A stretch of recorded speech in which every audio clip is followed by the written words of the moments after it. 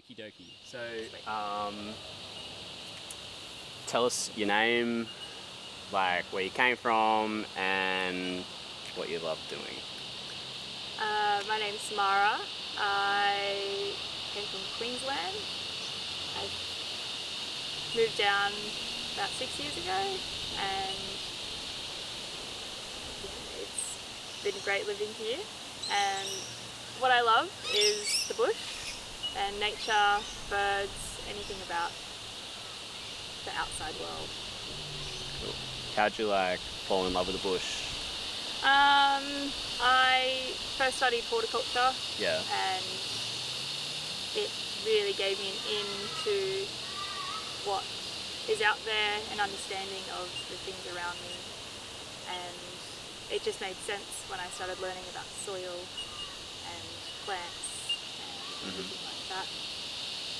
And then from horticulture I moved into a production nursery, and then into what I'm doing now in bush regeneration and conservation.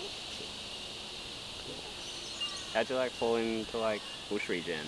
What was the did you make a friend? Did you someone say, hey, come and work for me? Or I got back from Europe and I gave myself about a month to find myself a job again, but I didn't want to go back into horticulture, so I messaged a friend who works in bush regen, and yeah, I just got a contact, and yeah, it's been 2 years, over 2 years now.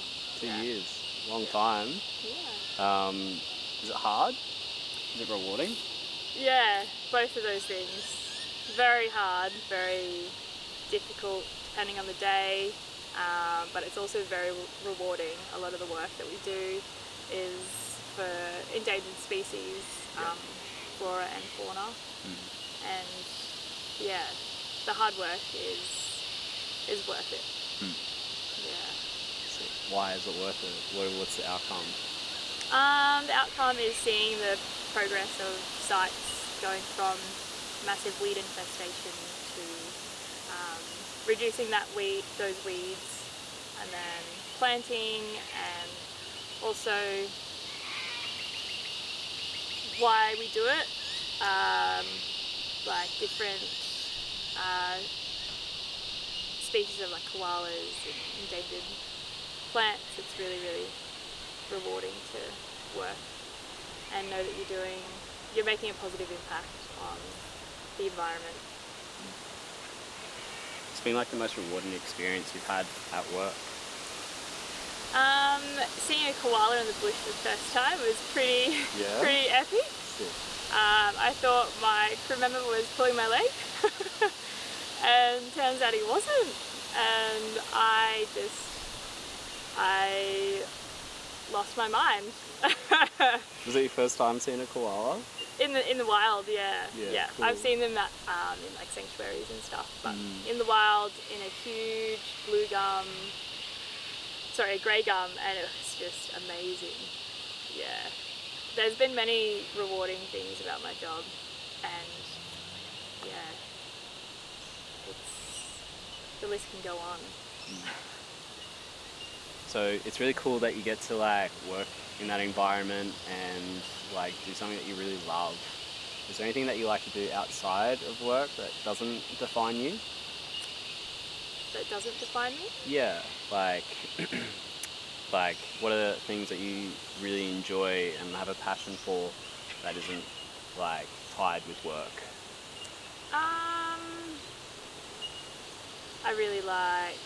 It's really hard because I like hiking. That's not tied to work, but I also can't walk past in anywhere that has weeds or a weed infestation. I can't see the nature for what it is now that I know what I'm looking at. But I also really enjoy doing yoga and just stretching my body out, and socialising here and there, supporting my friends in the music industry, and very social butterfly. So you said you're like a social butterfly. Like, tell us more about like your friend group and like how you fell in with them and like the whole scene that you're surrounded by and the people. I don't really know how it all happened. Like, there's no sort of date or time. It just sort of just chatting with a friend and who was involved in this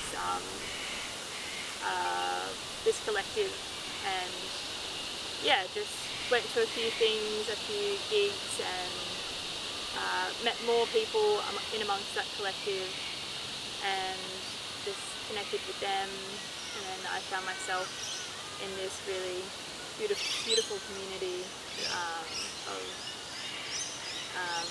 DJs and creatives, art installations, and yeah, it's really nice to be a part of that. It looks like such a cool scene that you're in. Like, I see all your photos and you got like fantastic photos, like cool mushroom hats, jellyfish hats. Like, tell us more about like the costumes and shit that you make. I don't know where that came from. I have no idea.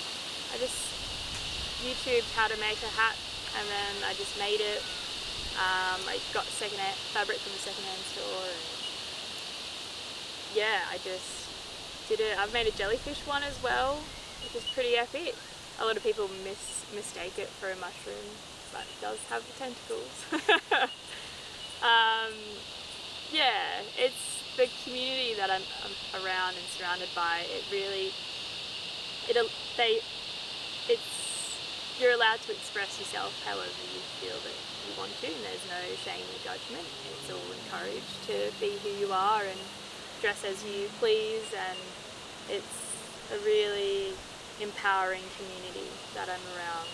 And yeah, so I have many outfits in my gift box that I bring out, and every day there's probably about 8 outfit changes. Mixing and matching, sharing with friends, and yeah, it's really great to just be able to express myself freely in whatever shape or form that is. Yeah. That was really cool, thank you.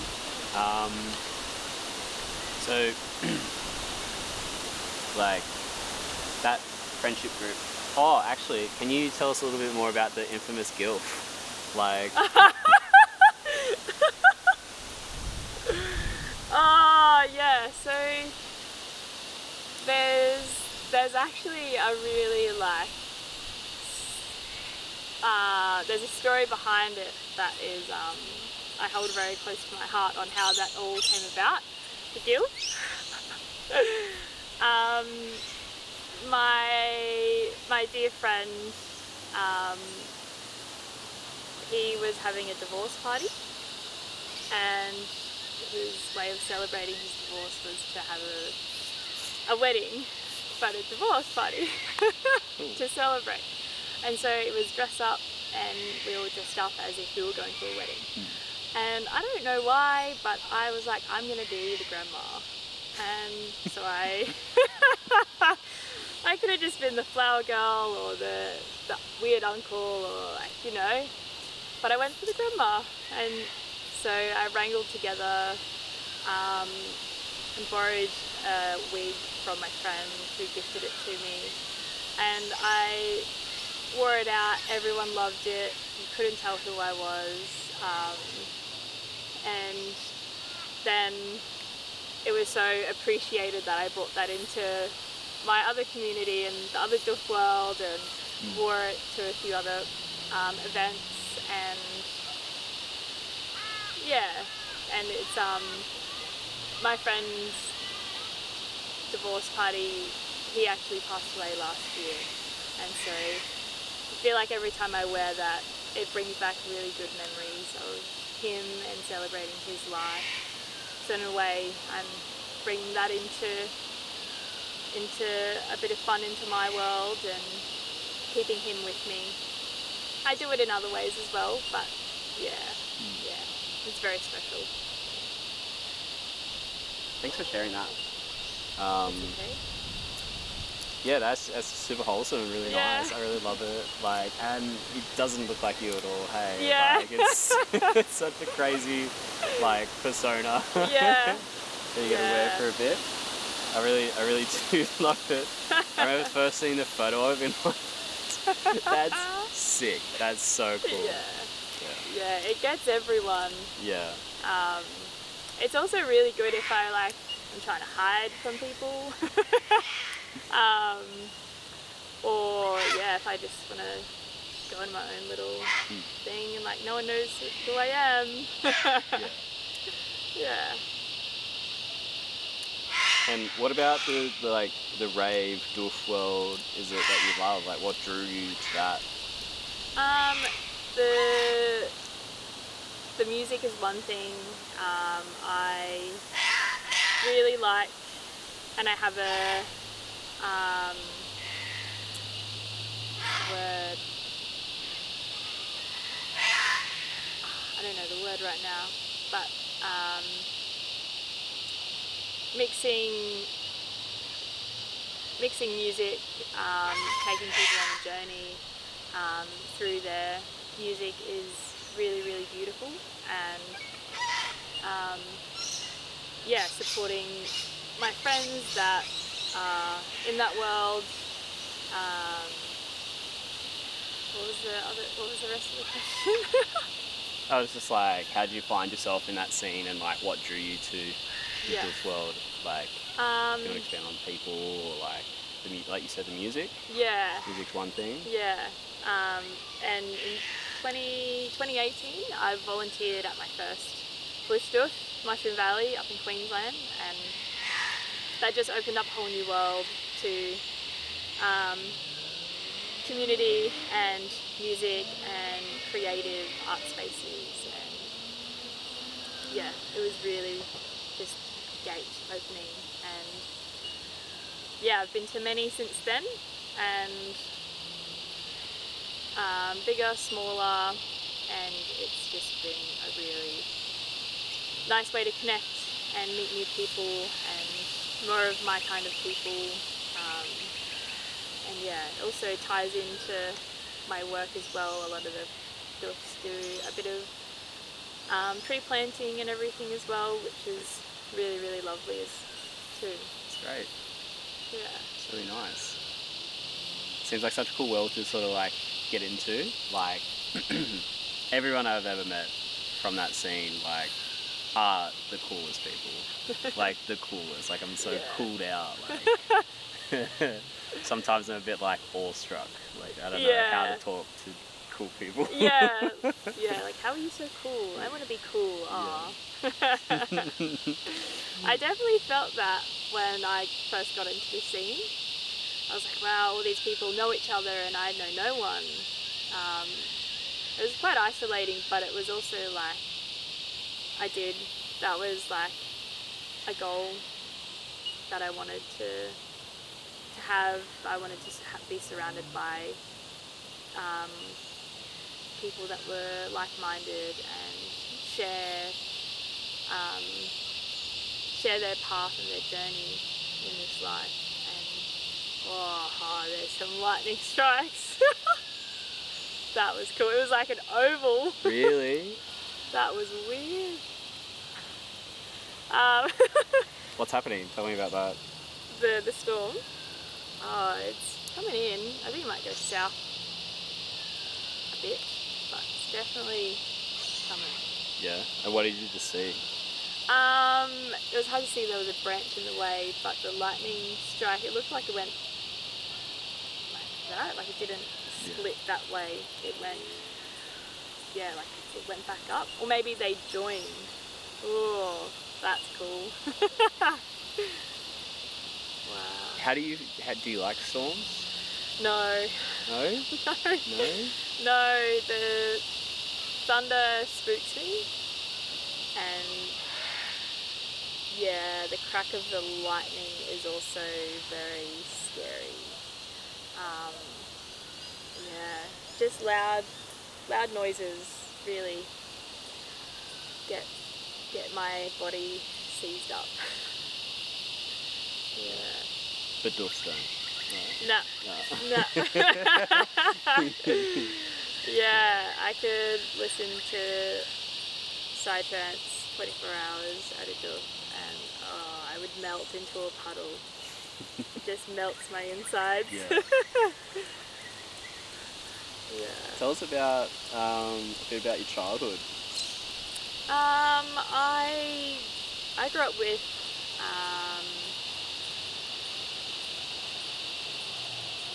7 siblings. Yeah. That's a lot of siblings. Yeah. Yeah, 6 step half siblings and 1 full sister, and yeah, so a house of 10. Yeah, it was a lot. It was lovely though. It was really nice. Yeah, and there was some family issues later on when I got a bit older, and my parents split up, and everyone went in their sort of own direction. And yeah, but it was very bird. What did you say? I don't know what it was. That's why I was intrigued. But yeah, growing up, it was a very fun household. Very lots happening, very sporty, and yeah, I was an auntie when I was super young. I think I was in grade 3 or 4 maybe, and so I grew up with having nieces and nephews for a lot of my childhood, and so I was just around kids a lot, and that's just given me such a different perspective now. Like, I talk to a few of my friends even today, and she's like become an auntie for the first time. Yeah. And yeah, she has no experience with kids, but I've just grown up with that experience. Yeah, so I'm very drawn to kids and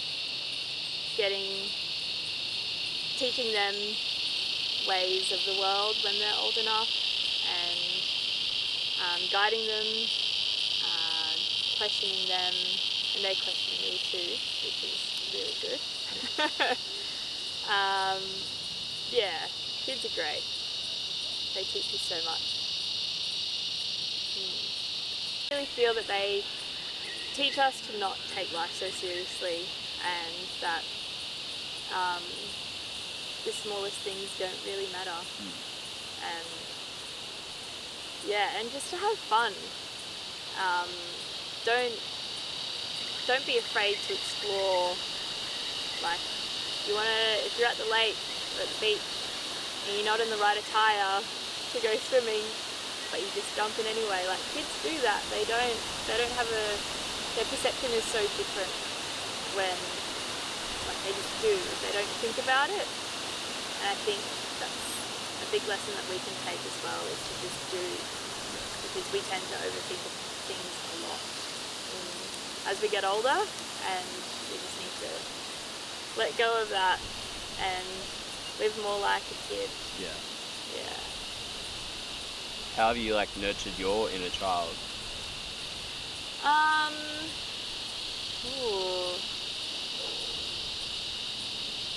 I think as I've grown up and realised a lot of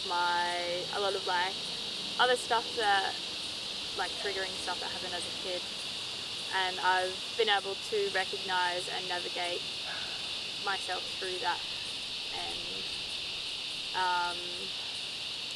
I feel like I have a lot of empathy for myself as a child and also my siblings, and I guess the way that I don't know if it's a way of nurturing, but it's sort of, by me doing that, I am rewriting the pathways within myself to then not continue that on into my kids, and if that ever happens. and just creating new pathways for them. And I think I like to reflect on a lot throughout my day past and see where there's lessons that I can learn, or like things that are patterns and everything, and trying to dive deeper into why they happen, to have a better understanding of myself, and it also helps me have a better understanding of others. And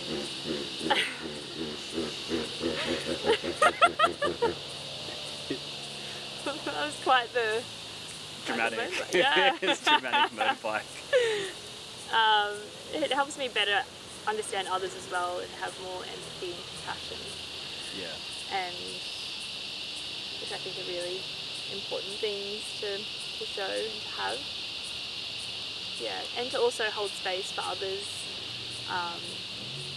To help navigate and guide them through things that they may be going through. Yeah. They say like when you help guide people through things, it's because you had to guide yourself through it first, right? Yeah. Do you reckon you are a good guide? I think I am. Yeah. Yeah, I have a lot of people, some people that I barely know, they gravitate towards me, and then they just open up a whole can of worms. And I think I'm not always prepared for it, but a lot of the time I am. And I guess I'm able to guide them, like you said, because I've guided myself. And I've also tried to see, the reason why I reflect so much is like I focus on a situation and I reflect on it in different perspectives. So it gives me a whole overview on like everything.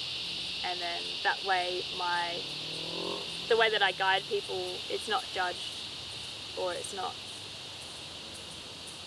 spoken in one person's view. Yeah. Cool.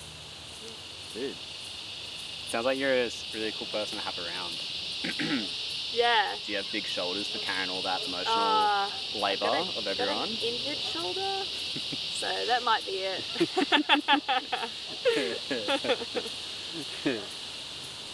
Tell us more about your, like, you're super into like birds, right? Yeah. And wildlife. Yeah. And shit. Like what is it, like, why birds, why animals, what's the itch? Why is it like I don't know, I just find them so fascinating. Again, I think it's all a perspective thing. I know the world in human form, and I love looking at birds and animals and trees and plants, and I try to see myself in their shoes, and like how they view the world, and what they see in their lifetime, like trees, like the floods that they see, the weather, like it's so insane, so cool, and I just find it really fascinating about different walks of life and their experience. And I also, a way that I can relate and help people is sometimes, like, I feel like the outside nature, birds, trees, animals, they can teach us things about our life as well, like their mannerisms or what they do, eating certain things, like they can, like, growing a certain way because this happened, or being resilient, and they can teach us a lot about who we are and how we can navigate ourselves in this world. Is there an animal that like really speaks to you, or you reach out to, or like you feel like you would be? I would definitely love to be a bird. I really love wedge-tails. They're just so big, and they're amazing. But the kookaburras is is what really speaks to me.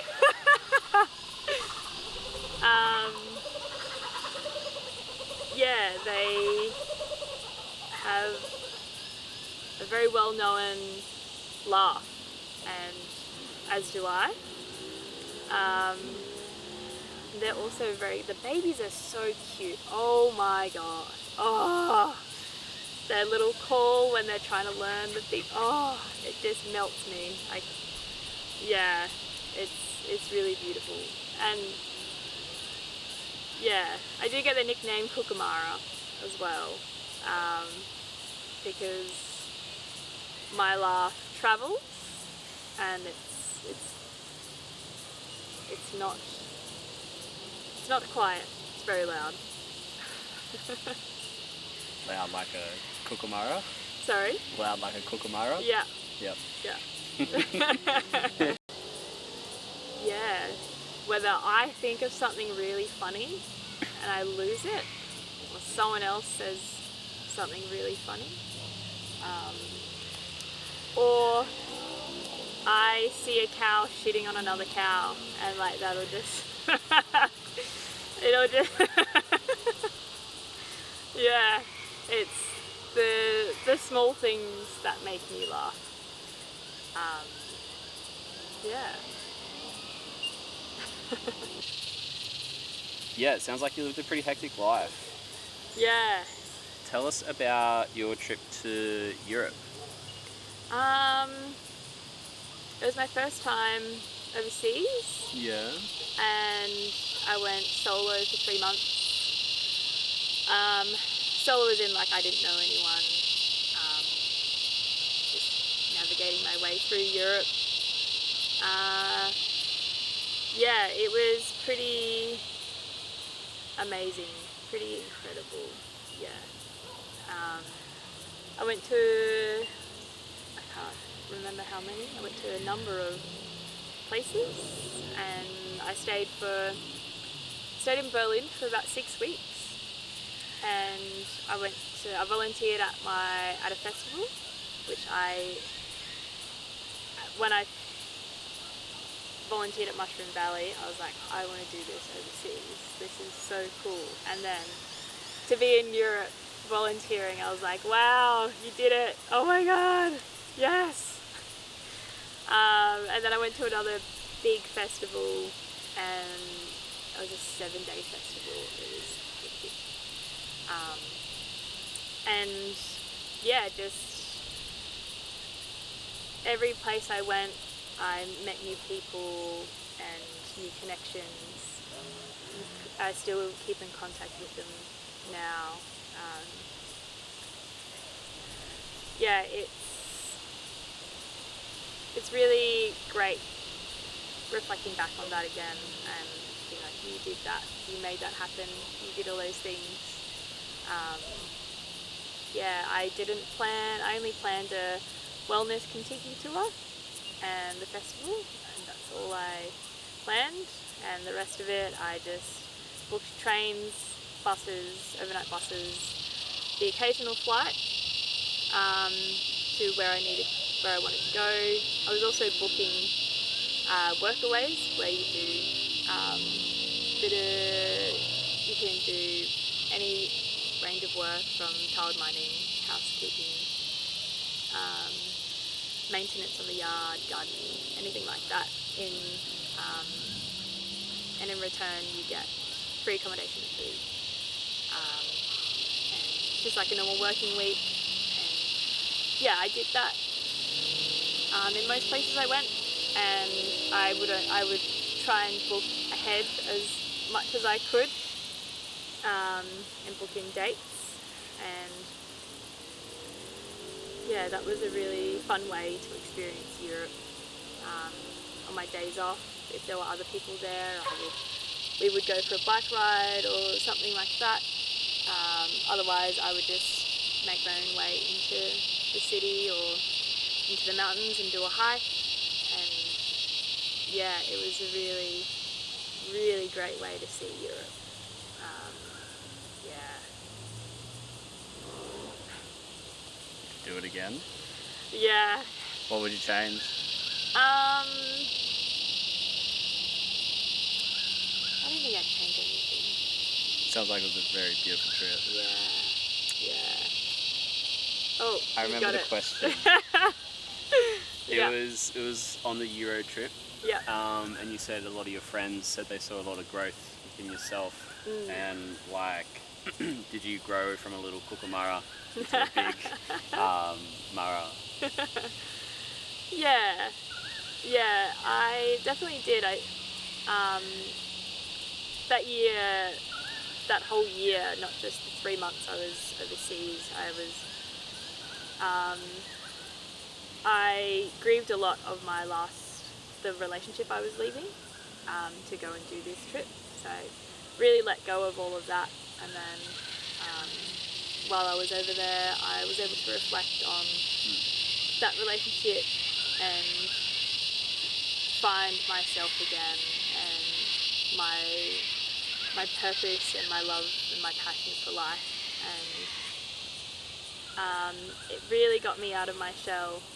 I was quite introverted before. People don't believe me, but I was very introverted and kept to myself.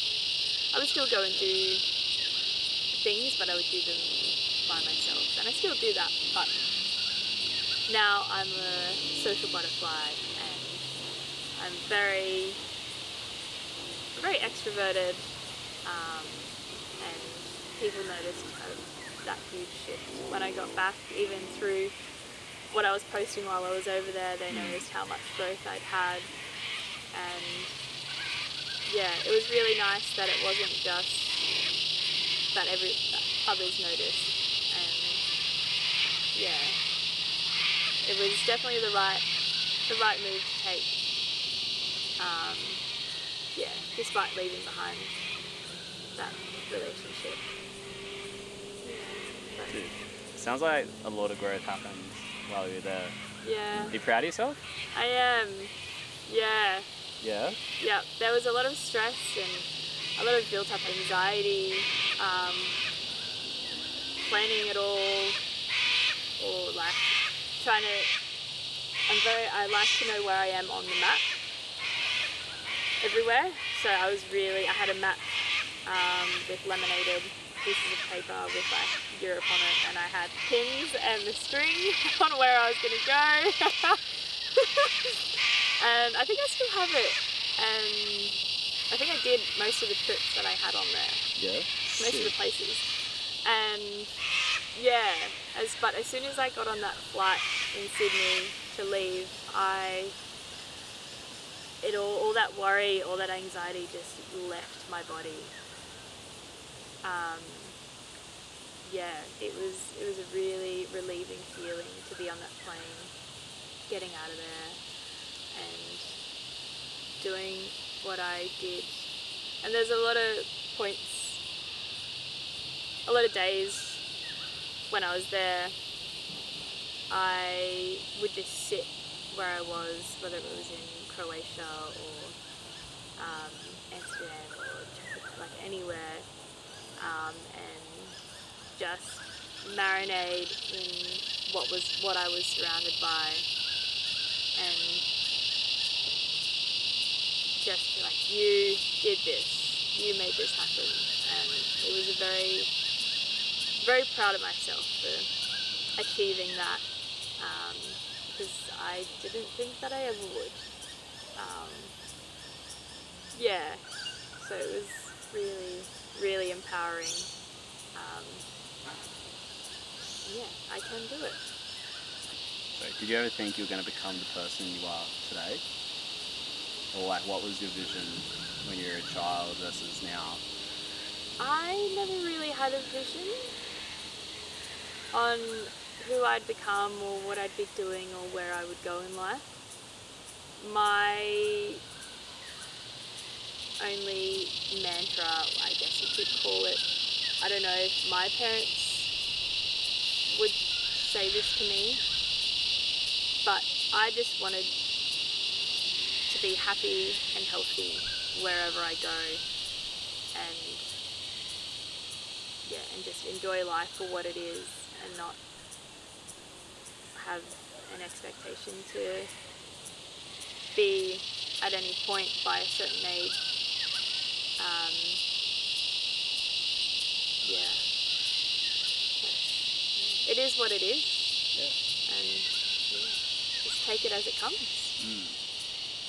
What's your next plan, next adventure, next exciting journey that you think you're going to go on? I've got a few that are in the works. There's a couple. It's a stepping stone, like a process. I think it's like a 3-layered process right now.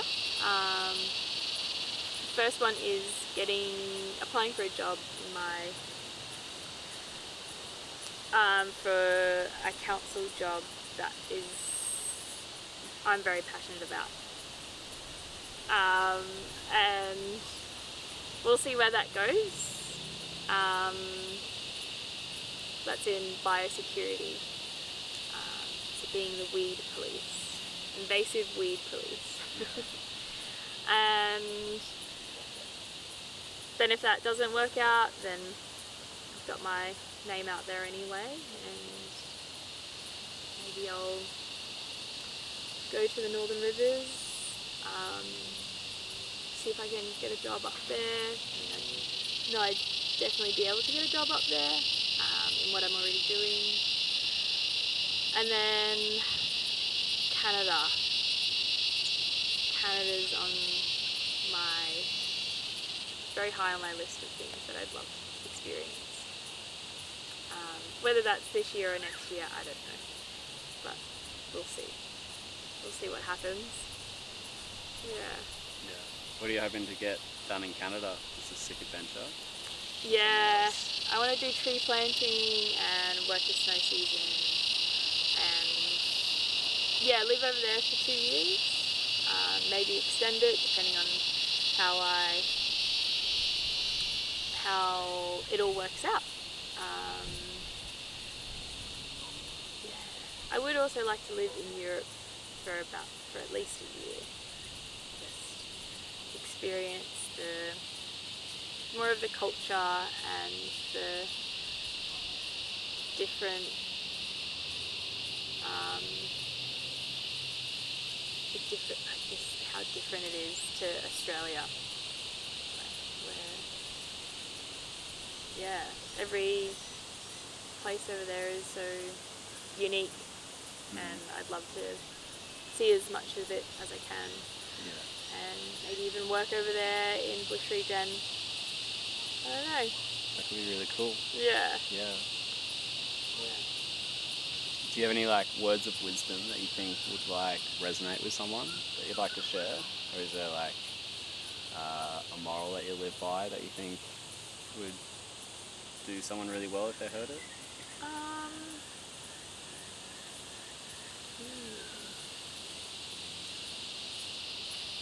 I think one thing that I like to live by, and I try to practice as much as I can, which I think is good for people to hear who might already know it, but they just need a reminder, or anyone else, is to do what you do for yourself and not for anyone else.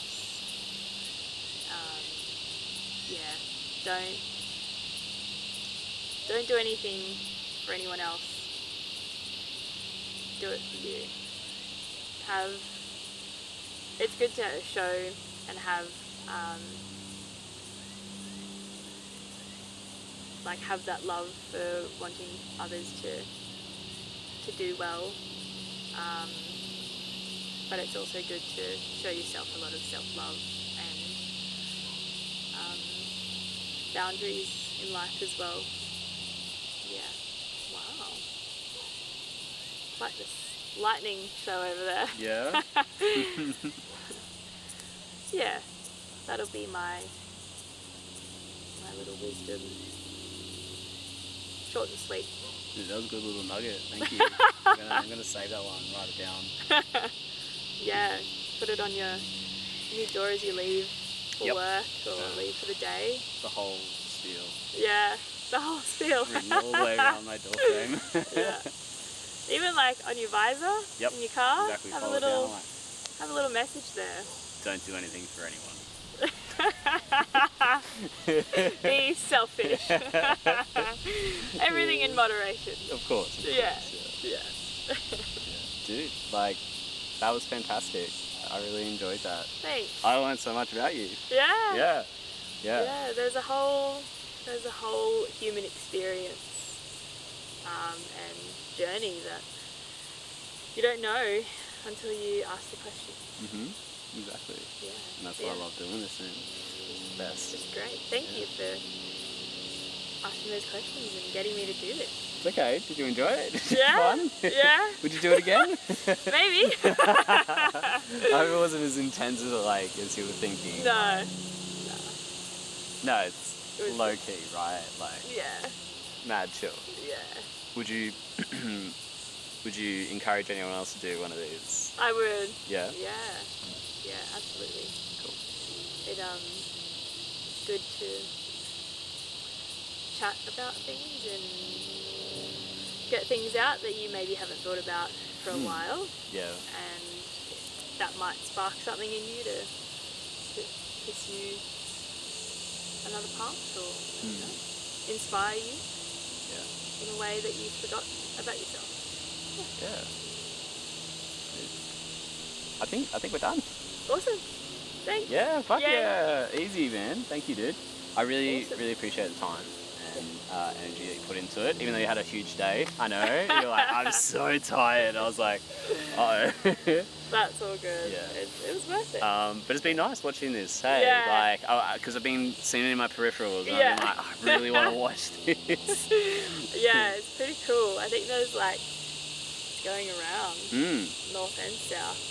Because I'm watching over there, this beautiful sunset Yeah. that's been going on. Oh wow. Yeah, and you've been watching this crazy that? lightning show. Is that lightning? Yeah. Oh heck. Oh. Oh, dude. It's usually really nice. The sun goes down over there, Yeah.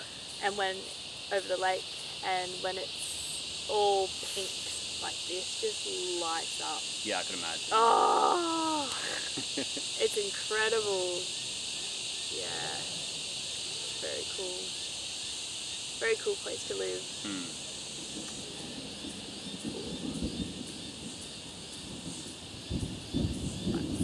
That's getting a bit too close for my liking. Too close? Yeah.